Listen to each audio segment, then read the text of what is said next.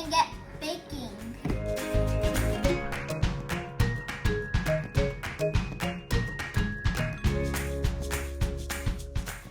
Set your icing to the side and bake your cinnamon rolls for 18 minutes.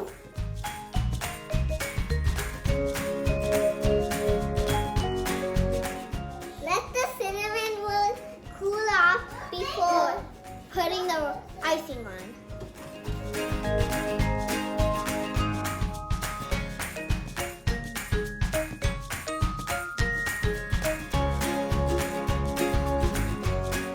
It's time to eat our cinnamon rolls.